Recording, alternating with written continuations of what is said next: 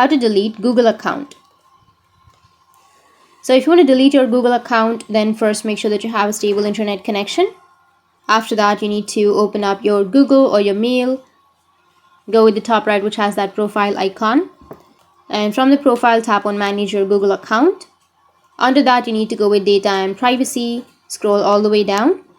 And here you will have delete your Google account option, right? So tap on delete your Google account and it will delete your entire account and data with just a few steps.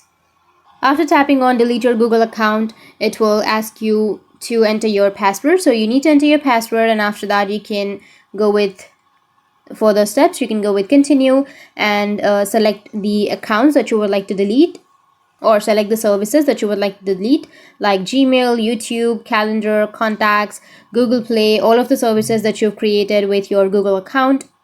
And after continuing, you'll be able to delete your account. So from here, you'll be able to delete your Google account. And if you have any questions, feel free to comment below. Thanks for watching.